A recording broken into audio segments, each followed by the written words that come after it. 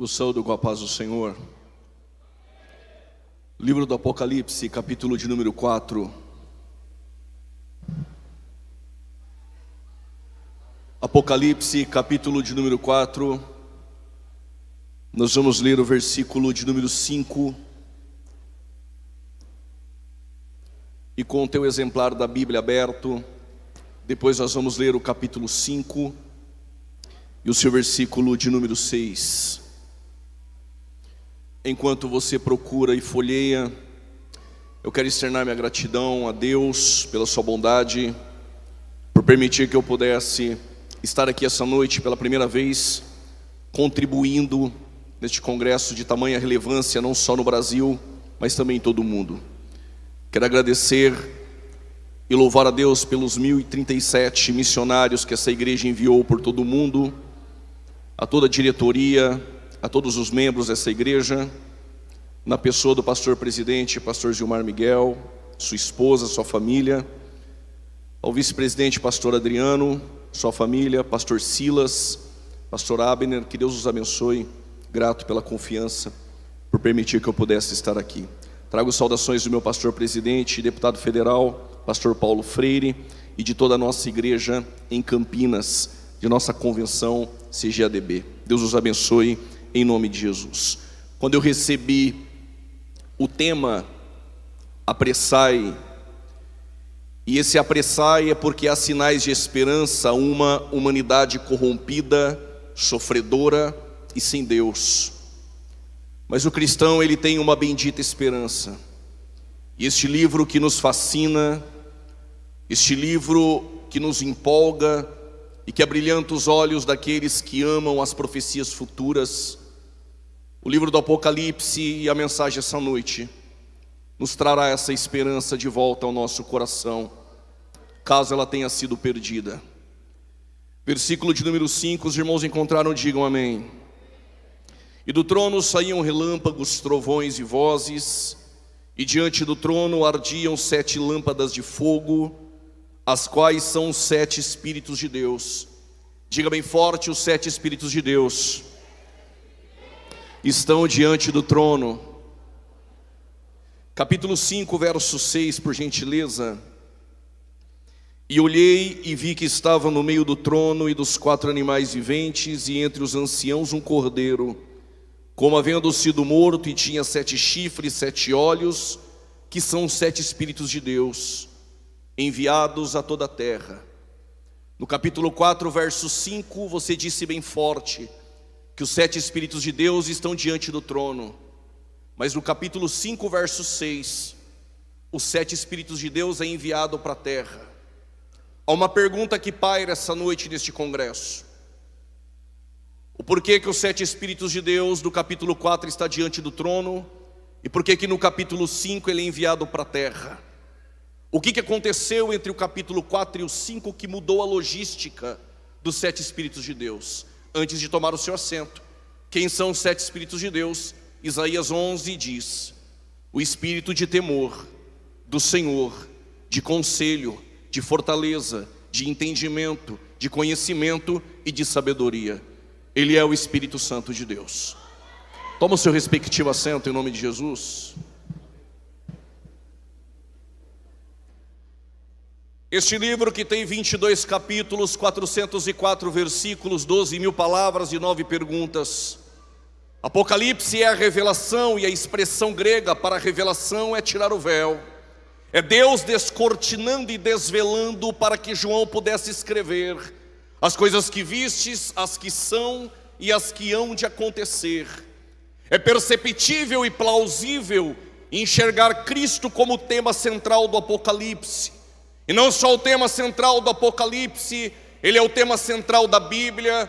Cristo está no centro da história. Quando o Verbo estava na eternidade, pela presciência, ele conhece toda a história. Quando o Verbo se faz carne na encarnação, ele pisa na história.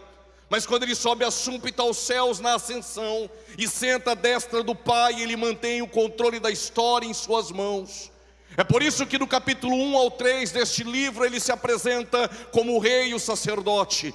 No capítulo 4 e 5 ele é o cordeiro entronizado no trono. Do capítulo 6 ao 18 ele é o juiz de toda a terra. E porque ele é o juiz de toda a terra, Salmos 19 versos 9, os seus julgamentos são justos. Salmos 89 versos 14, a base do seu trono também é justiça. Hebreus capítulo 1 versos 8, o cetro da justiça está em suas mãos. E do capítulo 20 ao capítulo de número 22, ele é o rei glorificado que reina para todo sempre. Neste livro a palavra trono aparece 46 vezes, a palavra poder e autoridade 40 vezes, a palavra rei aparece 37 vezes, a palavra adoração aparece 24 vezes, a palavra cordeiro, remetendo a Cristo, aparece 28 vezes, para que você entenda o que o livro quer nos ensinar. Ele é o cordeiro que foi morto e reviveu, ele é o rei glorificado que está sentado em seu trono, digno de ser adorado, honra, glória e louvor por toda a eternidade, aquele que tem o domínio e poder para todo sempre.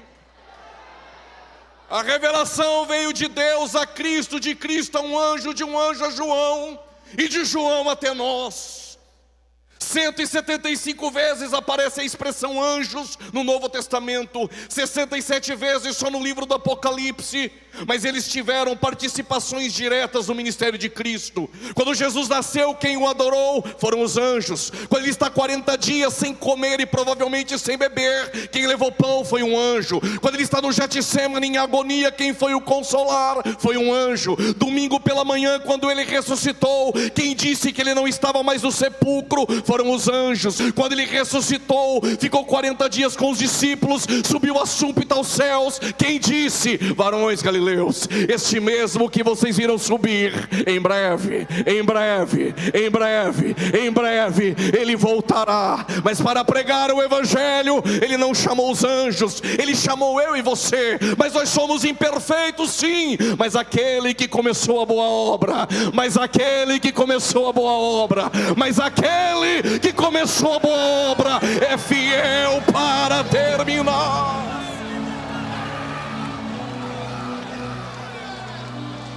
Porque João em Apocalipse viu o que os outros não viram, sentiu o que os outros não sentiram, escreveu o que os outros não escreveram. O ministério de Jesus era acompanhado de 5.000 pessoas que só queriam pão e peixe. Mas de 5.000 pessoas em 1 Coríntios 15 verso 6, somente 500 pessoas e mais Tiago viram ele ressuscitar. Mas de 500 pessoas, só 120 em Atos 2 estão orando no cenáculo. Mas de 120, só 70 vão para o evangelismo na grande comissão em Lucas 10. Mas dos 70, só 12 andaram com Jesus. Só que de 12, só 11 tomaram ceia. Só que de 11, só 3, Pedro, João e Tiago, foram para a casa de Jairo, para o Monte da Transfiguração e para o Getsemane. Mas dos 3, só João está aos pés da cruz. Aí você me pergunta, por que só João viu o que ninguém viu, sentiu o que ninguém sentiu, alcançou um nível que os outros não alcançaram? Quer ter intimidade, quer ter sensibilidade com Ele, quer atingir um nível de espiritualidade, vai com Jesus até o fim. Aleluia!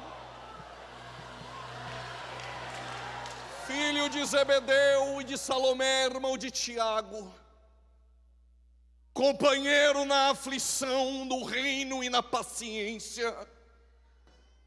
Companheiro na aflição, porque Romanos 8,17, se tu é participante da aflição, também será participante da glória. Companheiro do sofrimento, 2 Timóteo 2,12, se com ele você sofre, com ele tu também reinará. Aí vem a doxologia de João às 7 igrejas da Ásia. Graça e paz da parte daquele que era, que é e que há de vir, dos 7 Espíritos de Deus. 4 verdades João traz. Ele é a fiel testemunha. Segunda verdade, ele é o primogênito dentre os mortos. Como ele pode ser o primeiro a ressuscitar, se houve ressurreições que antecederam a dele no Antigo Testamento? Se no Novo Testamento 3 ressurreições antecederam a dele, a de Lázaro, a da filha de Jairo, do filho da viúva de Naim, detalhe, todos eles ressuscitaram. mas morreram novamente. Ele é aquele que ressuscitou para nunca mais morrer. Vou repetir, é aquele que ressuscitou para nunca mais morrer.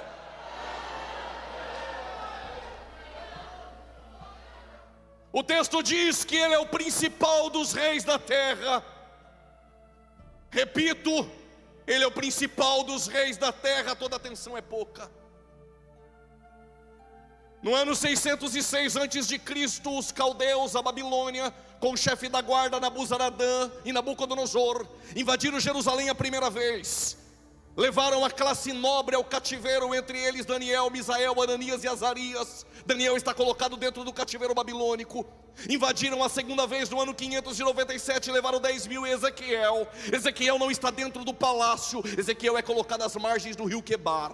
Invadiram a terceira vez no ano 586, destruíram o templo, saquearam os utensílios, queimaram os muros de Jerusalém e a glória foi embora. E Jeremias, escrevendo lamentações, ficou em Jerusalém. Segundo a profecia de Jeremias, filho de Ilquias, o sacerdote da terra de Ananote, o cativeiro seria por 70 anos, mas Deus não perdeu o controle.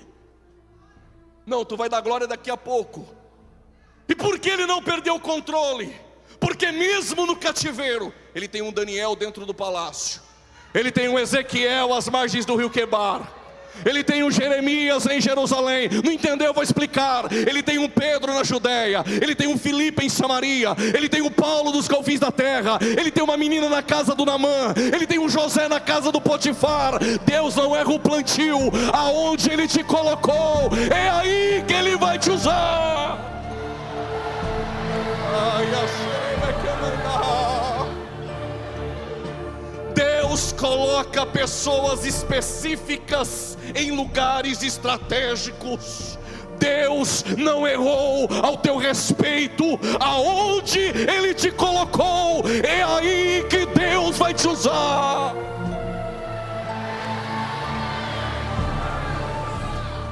Isso aqui não é revelação, mas tem gente no nosso meio pensando: e quando não é Deus que coloca e é o homem? José te responde, Gênesis 50, versos 20. E a lição é: mesmo que os homens nos coloquem, o ambiente não altera quem é você. Se tu tem o Espírito de Deus, diga como José: Deus tornou o mal em bem. Deus não errou o plantio. Aonde você está, Deus tem propósitos na tua vida. Mas é sobre isso que eu quero falar. Porque Deus coloca pessoas específicas em lugares estratégicos. Porque o monarca da Babilônia, Nabucodonosor, vai sonhar. Diferente de Faraó, ele não conta o sonho. Ele pede para revelar e depois interpretar o sonho. Arioque, o chefe da guarda, passa um pregão em Babilônia, procurando um mago, astrólogo, adivinho que pudesse interpretar e revelar o sonho. Não encontrou ninguém. Mas tem um moço orando 3 vezes ao dia. Não precisa dar glória, porque todo judeu ora 3 vezes ao dia, ele só faz a lição de casa. Os judeus oram 3 vezes ao dia, os muçulmanos rezam 5. Não me pergunte como funciona isso. Paulo disse: e nós é sem cessar. Ele está orando 3 vezes ao dia, com as janelas abertas rumo a Jerusalém. E Deus deu a ele a revelação. Ele compareceu diante do rei Nabucodonosor e disse: tu sonhaste com uma estátua. A cabeça dela é de ouro, é o reinado babilônico. O peito e os braços são de prata, o reinado medo-persa. O quadril e o ventre de bronze, Alexandre o Grande, filho de Filipe o Macedônio, a Grécia. As pernas de ferro e barro, e é Roma. De repente Daniel, ele vê uma pedra. E esta pedra, ela toca na estátua e a estátua se desmorona. Pergunta essa noite: quem é a pedra? O que o texto quer nos ensinar? A Babilônia passa, os medo-persas passam, A Grécia passa, Roma passa, os governantes passam, presidente da república passa, prefeito passa, deputado passa, cadeira de pastor passa, mas o reino eterno da pedra que vem e é Cristo subsiste eternamente.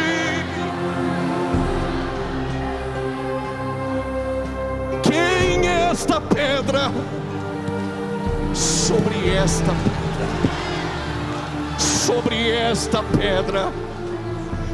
esta pedra edificarei a minha igreja, e as portas do Hades, das ânsias da morte, as portas do inferno não podem prevalecer contra ela.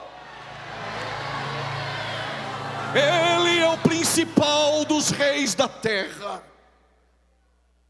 João diz, ele é a fiel testemunha, o primogênito dentre os mortos. Ele é o soberano dos reis da terra. João para e diz, mas ele é aquele que nos amou, e com teu sangue nos lavou. Só por causa desse glória eu vou explicar. Um menino judeu completava 13 anos de idade e passava por uma celebração chamada de Bar Mitzvah. Bar, filho, Mitzvah, mandamento. Com 13 anos de idade, ele já era filho do mandamento, decorava 613 preceitos da lei, agora ele pode se casar. O menino judeu não completava 20 anos sem se casar. Ele ia até a casa da pretendente, ela tinha 14 ou 15 anos de idade.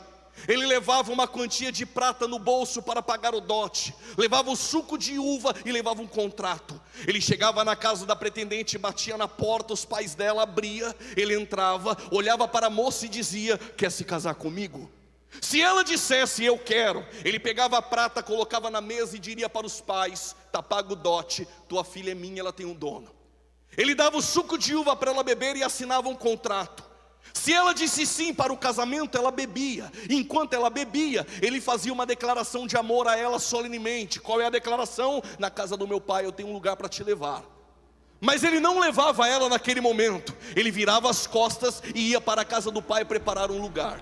Quando ele chegava, os meninos na rua ficavam perguntando, quando você vai buscar a moça? Ele sabia, mas ele dizia para os meninos, o dia e a hora ninguém sabe, só papai.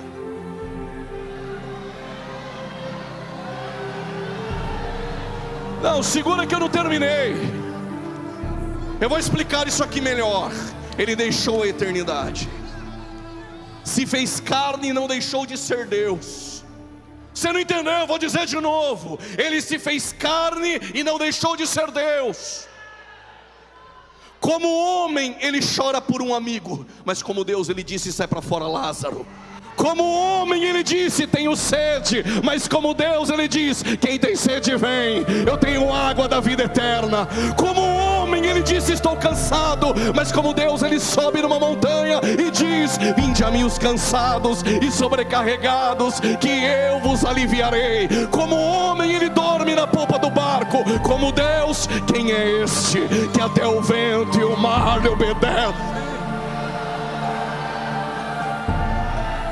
Ele chegou na nossa porta, eis que estou à porta e bato. Você abriu, ele entrou. Ele olhou para você e disse, quer se casar comigo? É porque com Jesus não tem ficada. Com Jesus é casamento. É na alegria, é na tristeza, é na dor, é na doença. Quando você disse sim, eu quero, ele não pagou com prata, ele pagou com sangue. E ele está dizendo, tu tem um dono, tu tem um dono, tu tem um dono, tu tem um dono. Por isso que na ceia é só para quem casou com Jesus.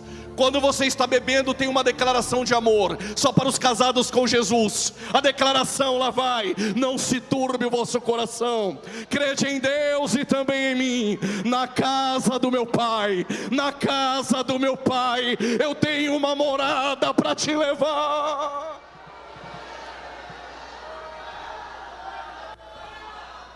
Eis que com teu sangue ele nos lavou, e com teu amor ele nos amou. Quando João termina de dizer isso, João ouve uma voz, é como uma voz de trombeta. Quando João para e olha, João o vê e João cai como morto. Quem é este que veio a Pátimos? Pátimos, um sistema penal, a 86 quilômetros do sudoeste de Éfeso. O imperador sucessor, depois de César, de Calígula, de Nero, de Tito, agora é a vez de Domiciano. Domiciano reivindicava adoração a si, mas João não iria adorar um homem assentado em um trono de madeira feito por homens. João só adorava aquele que está sentado em um trono de glória. Por isso João é enviado, exilado a Pátimos. E quando João em Pátimos pensa que está sozinho, a voz do nosso Senhor, como de trombeta. Quando João para ver quem é ele. Uma vez ele estava caminhando com os discípulos entre Naftali e Zebulon, em Cesareia de Filipe. Jesus não queria curtidas, compartilhamentos e nem fazer teste de publicidade, mas ele fez algo que ele não costumava fazer: perguntas. E ele fez a primeira pergunta: o que as pessoas dizem que eu sou? Alguns dos discípulos, eu não sei quem foi do colégio apostólico, disseram: os que te viram chorar, vou parafrasear, estão dizendo que o Senhor é Jeremias. Os que te viram curar com poder, estão dizendo que o Senhor é Elias. Os que te viram pregar um sermão mais duro, estão dizendo que o Senhor é João Batista. E ele diz: e vocês? O que vocês dizem que eu sou? Eu não sei aqui em Camboriú, mas em São Paulo, aos domingos, 9 horas da manhã, as testemunhas de Jeová, que tem como fundador Charles Taze Russell, eles batem na porta de nossas casas. Eles vão dizer que Jesus não é Deus, que Ele é uma criatura que foi criada em algum tempo da eternidade, nada mais. Se perguntar para os mormons, que tem como fundador Joseph Smith, eles vão dizer que Jesus é um polígamo casado com Marta e Maria, em João capítulo de número 2, as bodas de Caná, e o mesmo irmão de Satanás e filho de Adão. Se perguntar para os adventistas, que tem como fundador Guilherme Miller, eles vão dizer que Jesus é o arcanjo Miguel. Se perguntar para os kardecistas, eles vão dizer: ele nunca teve um corpo, somente um espírito elevado que no hinduísmo alcançou o karma. Se perguntar para os budistas de Siddhartha Gautama, eles vão dizer que Jesus não é Deus, é só um homem que deixou um bom exemplo de liderança a ser seguido e nada mais. Mas se você perguntar para a maior religião que cresce no planeta, os muçulmanos, eles vão dizer: Jesus não é Deus, Ele é só um profeta e nada mais. Mas se nós pudéssemos caminhar há 2000 anos atrás e encontrasse uma mulher em Samaria sem o cântaro na mão, ela iria dizer: para eles eu não sei, mas para mim ainda é aquele que tem água da vida eterna. Isaías vai dizer: para mim Ele é o conselheiro, Deus forte, Pai da eternidade, a raiz de Davi. Jó vai dizer: para mim Ele é o Redentor que vive. João Batista vai dizer: para mim Ele é o Cordeiro de Deus que tira o pecado do mundo. Pedro vai dizer: para mim Ele é o Cristo, o Filho do Deus vivo. Para João Ele é cabelos brancos como a neve, olhos como chamas de fogo, os seus pés como latões reluzentes, o seu vestido é branco, puro e santo. Ele é o princípio e o fim, o alfa e o ômega, aquele que era, que é e que há de vir para todo sempre. Para Daniel Berg, Gunnar Wingren há 111 anos. Para Gideões missionários da última hora, há 38 anos. Para nós Ele ainda é o que salva, o que cura, o que liberta, batiza com o Espírito Santo. Pelo amor de Deus, dá um pulo da cadeira. Cadê os crentes que vão morar no céu? Xará, sorebe que mancho. Estou sentindo a presença dEle em nosso meio essa noite.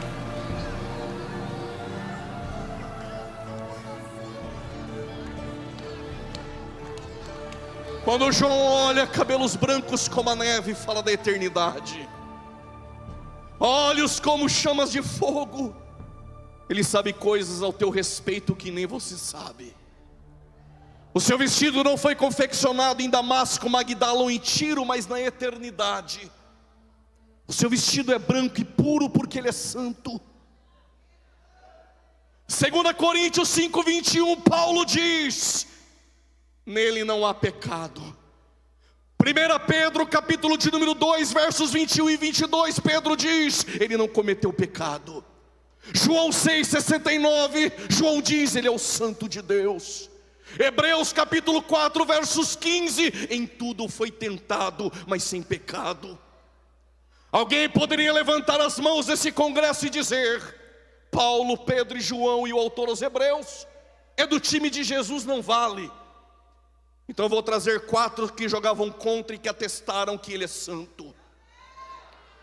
Mateus 27, versículo 3 e 4, Judas disse: traí, sangue inocente. Pilatos lava as mãos e diz: ele é justo. A mulher de Pilatos, Cláudia, vai dizer: muito sofri no meu sonho por causa do sangue desse justo. Está faltando alguém. Quando Cristo entregou o Pai e o Espírito, tem um centurião lá do fundo olhando e dizendo: verdadeiramente,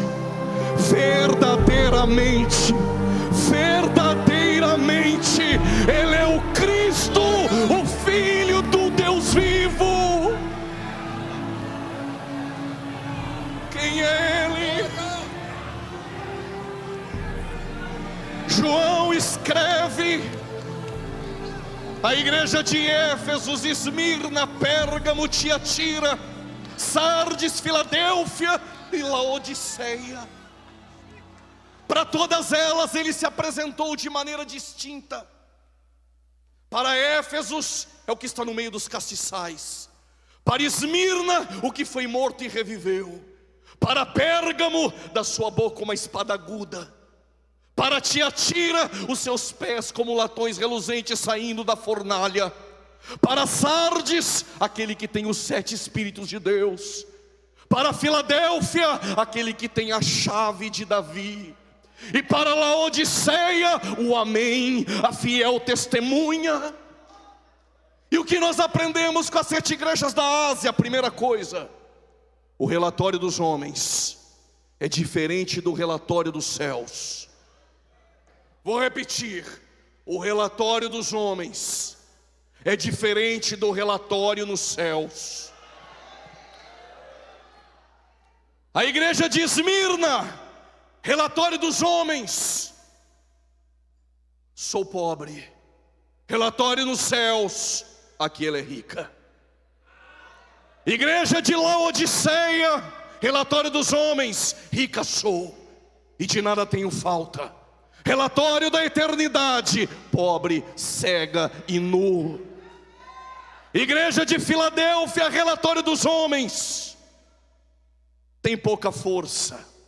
Relatório na eternidade: mesmo tendo pouca força, não negaste o meu nome, e como guardaste a palavra da minha paciência, te guardarei da hora da tentação que há de vir sobre todo o mundo. E diante de ti pus uma porta aberta, e a porta que ele abre, demônio nenhum fecha. A porta que ele abre, caluniador não fecha. A porta que ele abre, ninguém pode fechar.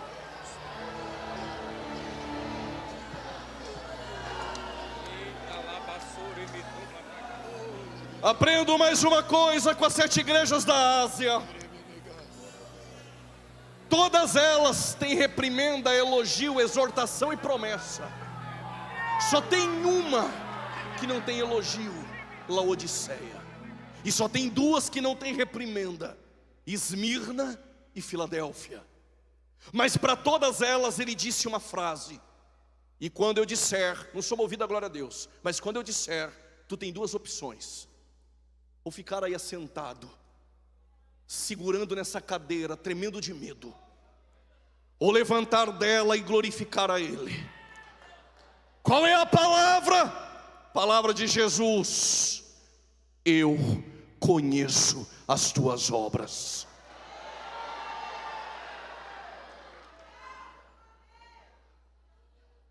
Como ele Ele conhece as tuas obras.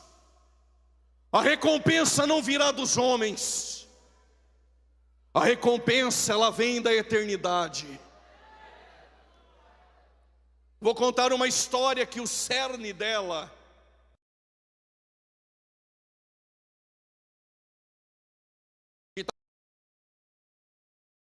fazer barulho, eu vim para você pensar. Quem está comigo, diga amém. Um bom samaritano veio passando e encontrou um homem machucado, e você conhece a história. O levita e o sacerdote passaram de largo. O bom samaritano pegou aquele homem, colocou na cavalgadura, e ele foi até a estalagem e disse para o hospedeiro: pastor Gilmar, estou te dando 2 moedas, cuide dele. Se gastar mais das 2, quando eu voltar eu te pago. Eles não pegaram. Eu vou explicar melhor. O bom samaritano é Cristo, e Ele cuida daqueles que nós desistimos. E depois de curar, Ele foi na estalagem e disse para o hospedeiro: cuide do que é meu. Estou te dando 2 moedas, pastor Gilmar. Se tu gastar mais do que as 2, e vai gastar roupa, dinheiro, gasolina, saúde, tempo, fica tranquilo, ele disse, quando eu voltar eu te pago. Tua recompensa não vem dos homens. Tua recompensa, ela vem da eternidade. Prove, eu te provo. Romanos 14:10, todos compareceremos no tribunal de Cristo. Apocalipse 22, versos 12, comigo está o meu galardão, eis que venho cedo sem demora. Tem mais, tem mais. 2 Timóteo capítulo 4, versos 8, desde agora a coroa da justiça está guardada e reservada pelo justo juiz, não só a mim, mas a todos aqueles que amam a sua vinda. Tiago capítulo 1, versos 12, bem-aventurado o varão que suporta a tentação, porque depois de suportar, dar-te-ei a coroa da vida. 1 Pedro capítulo 5, versos 4, aos presbíteros como eu, disse Pedro, que cuidam do rebanho, voluntariamente, não por torpe ganância. Versos 4, dar-te-ei a coroa de glória. 1 Coríntios capítulo 9, versos 25, dar-te-ei a coroa incorruptível. 2 Timóteo capítulo 4, versos 8, coroa da justiça.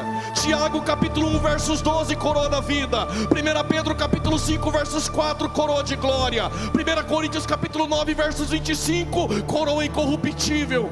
O que eu faço, pregador? Apocalipse 2:11, ser fiel até a morte, e dar-te-ei a coroa da vida. O que eu faço, pregador? Apocalipse 3:11, guarda o que tens, guarda o que tens, guarda o que tens, guarda o que tens, guarda o que tens, para que ninguém tome a tua coroa. Quem tem ouvidos ouça o que o Espírito diz às igrejas. Última coisa que aprendemos com as 7 igrejas da Ásia: todas elas tinham algum desvio doutrinário. Havia a doutrina em Tiatira da profetisa Jezabel. Ela profetizava, mas não era Deus. Talvez se fizesse um pix, ela contava mais uma. Aos falsos profetas desse Brasil, conheço um Deus que virá em juízo e não tardará.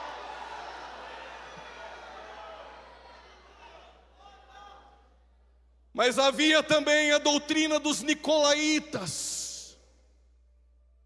Às vezes davam até glória junto conosco, às vezes cantavam junto conosco, mas tinha uma inclinação desenfreada aos apetites carnais. Mas em Pérgamo tinha uma doutrina chamada doutrina de Balaão. Balaão fez os hebreus tropeçarem no deserto pela prostituição. Eu amo esse silêncio também. Mas em Judas capítulo 1, versos 11, existem obreiros que entraram pelo caminho de Balaão, em busca do prêmio, em busca da ganância. 2 Pedro capítulo 2, Pedro diz quem são os que fazem comércio da fé. Eles estão nas prateleiras de Balaque. Tem de 5.000, tem de 4.000, tem de 3.000, tem de 2.000. Põe a câmera aqui por gentileza. Mas ainda tem profetas que não se venderam. Vou repetir, mas ainda tem profetas que não se venderam. Aleluia! Ele está na casa essa noite. Ele está na casa essa noite. Deixa eu contar um segredo para os senhores e senhoras. Para cada 400 falsos, Deus tem um verdadeiro. Mas vou contar uma boa notícia. Nos púlpitos das congregações, os pregadores de praças, os adoradores e não os cantores de shows, Deus escondeu também mais 7.000. Tem alguns aqui essa noite? Deixa eu ver se tem.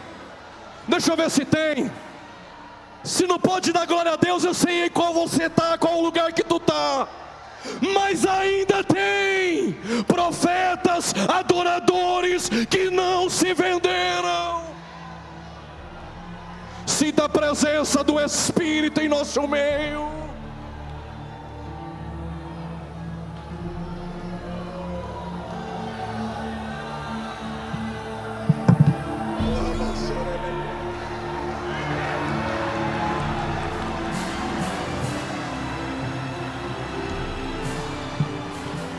Aqueles que não derrubaram altares, aqueles que não se prostraram a Baal, aqueles que não fazem comércio da fé, onde estão vocês essa noite?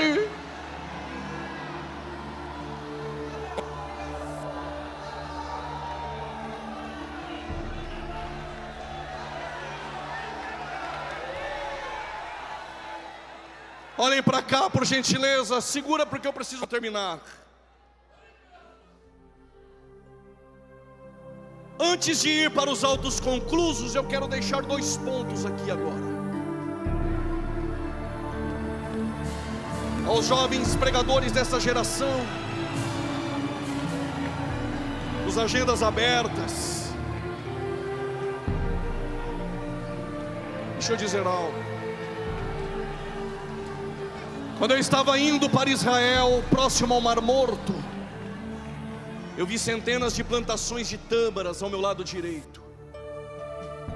Quando você usufrui comendo da tâmara, você tem 2 convicções e 2 opções. A convicção é que quando você come, você sabe que você está comendo e usufruindo de algo que você nunca plantou. A segunda convicção é que quem planta tâmaras não planta para si. Por que estou te dizendo? Porque as tâmaras, pelo processo natural, demoram 100 anos. Então quem planta tâmaras não planta para si. E você que usufrui, você tem 2 opções: ou destruir a colheita que você nunca plantou, ou continuar plantando para uma outra geração. O que eu estou dizendo é que essa geração que faço parte, nós estamos usufruindo de algo que nós nunca plantamos. E nós não temos o direito de destruir a colheita, mas que Deus nos levante, não para fazer comércio da fé, mas para continuar plantando tâmaras para uma outra geração. 38º Congresso de Gideões. Agradecemos a todos os plantadores de tâmaras que passaram por este púlpito, mas este congresso será marcado, porque plantadores de tâmaras continuarão plantando para uma outra geração de forma legítima. Quando João está em Pátimos, ele é arrebatado em espírito. Toda atenção é pouca, por gentileza. Quando João ele olha na sala do trono, ele vê um trono, 24 tronos, e os 24 anciãos estão assentados em seus tronos. O trono que João vê tem um ancião de dias assentado. Sobre a sua cabeça um arco celeste de cor de esmeralda. Este que está sentado em seu trono, a sua aparência é de sardônio, vermelho como rubi, mas de jaspe cristalino como diamante. Há um mar de vidro, e João vê os 4 seres viventes e os 7 Espíritos de Deus diante do trono. Quando João chegou no capítulo 4, na sala do trono, os tronos estavam ocupados. 700 anos antes, Deus levou Daniel para a mesma visão, com um detalhe: Daniel chegou um pouco antes. Quando Daniel chegou não tinha trono. Quando Daniel capítulo 7 versos 9, ele tem a visão, o que Daniel vê? Os anjos trazendo os tronos. E por que estão trazendo os tronos? Porque vai ter uma festa.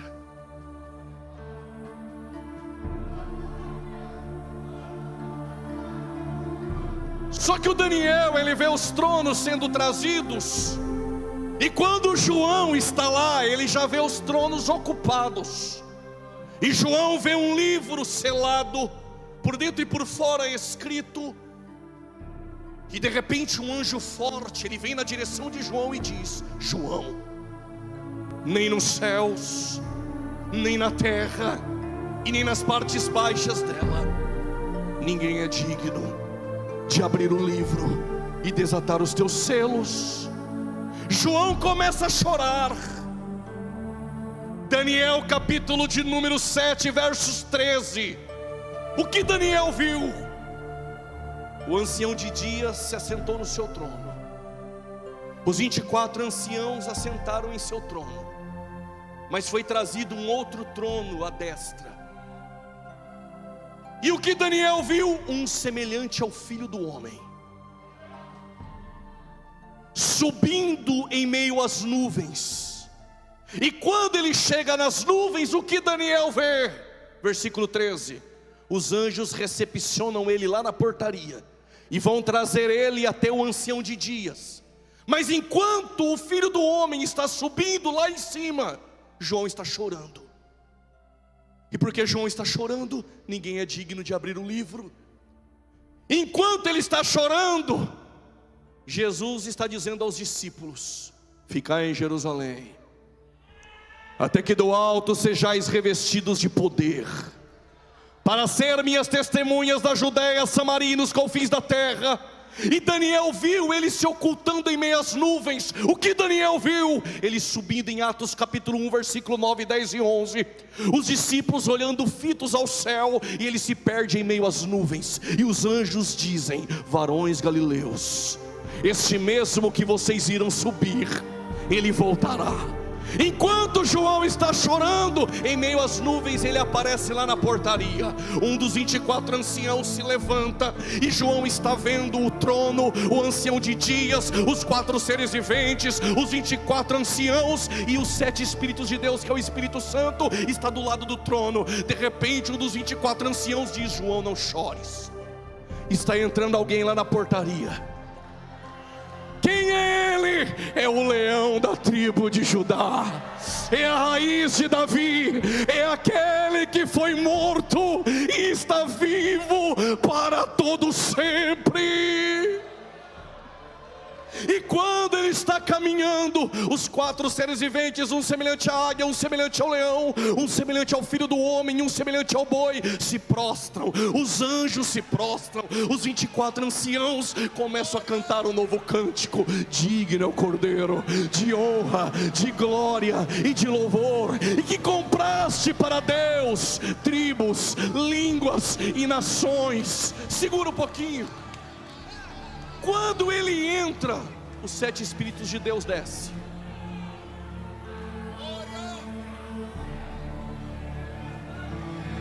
Por que os 7 Espíritos de Deus no capítulo 4 está diante do trono? E por que no capítulo 5, verso 6 ele desce? Porque Jesus chegou. Segura, vai dar glória depois de entender. Porque Jesus disse: quando eu subir ao Pai, eu vou esperar você entender para dar glória. Vou repetir: quando eu subir ao Pai, eu enviarei o Consolador.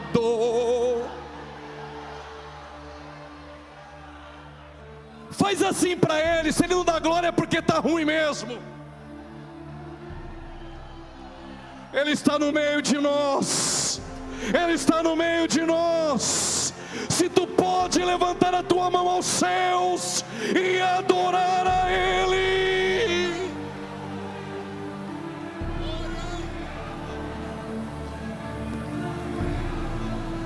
Tenho 3 minutos, eu encerro.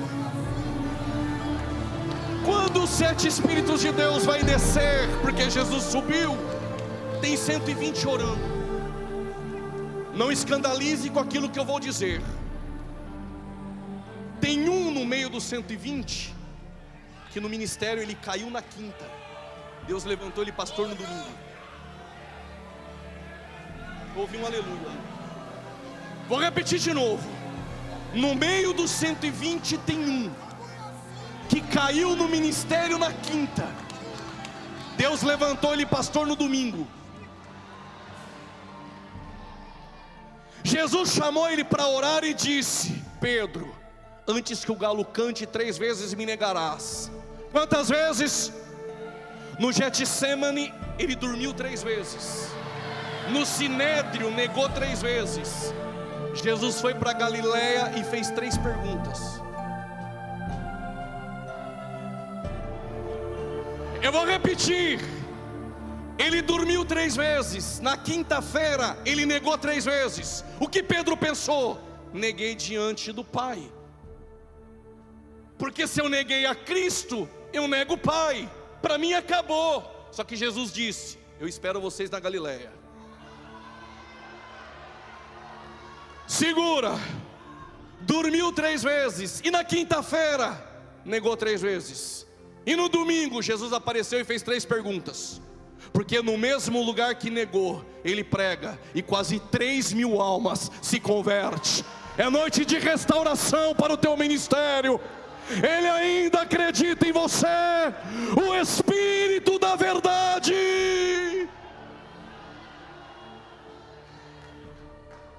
Tem 1 minuto e eu vou correr. Quando Pedro se levanta, ele diz: põe a câmera aqui. Isso aqui vai para os cessacionistas que querem apagar o fogo pentecostal aceso em Atos 2. Palavras de Pedro para você que quer acabar o batismo com o Espírito Santo. Disse Pedro: hoje se cumpre o que foi predito pelo profeta Joel. O Espírito é derramado sobre toda a carne, e o dom de Deus é para nós, para vós, para os que estão de perto, para os que estão de longe, para os vossos filhos e para quantos Deus ainda chama. São os batizados com o Espírito Santo. São os batizados com o Espírito Santo.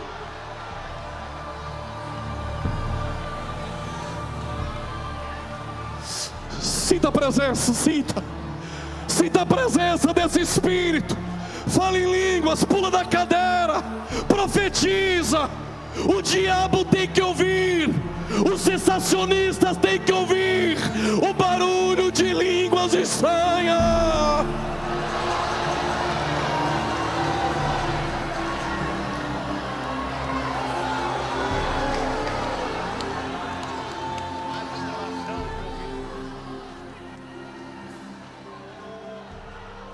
Coloque-se de pé com a permissão do pastor. Estenda suas mãos. Senhor nosso Deus e Pai, em nome do Teu Filho Jesus, é uma noite de restauração em nossas vidas. 38º Congresso é uma noite em Gideões Missionários da última hora, em que o Senhor mantém acesa a chama do movimento pentecostal em nossas vidas. Ninguém vai apagar a chama acesa do Espírito Santo em Atos 2. 1 minuto para você adorar a Ele. Batiza com o Teu Espírito Santo. Cura essa noite em nome de Jesus. Restaura essa noite em nome de Jesus.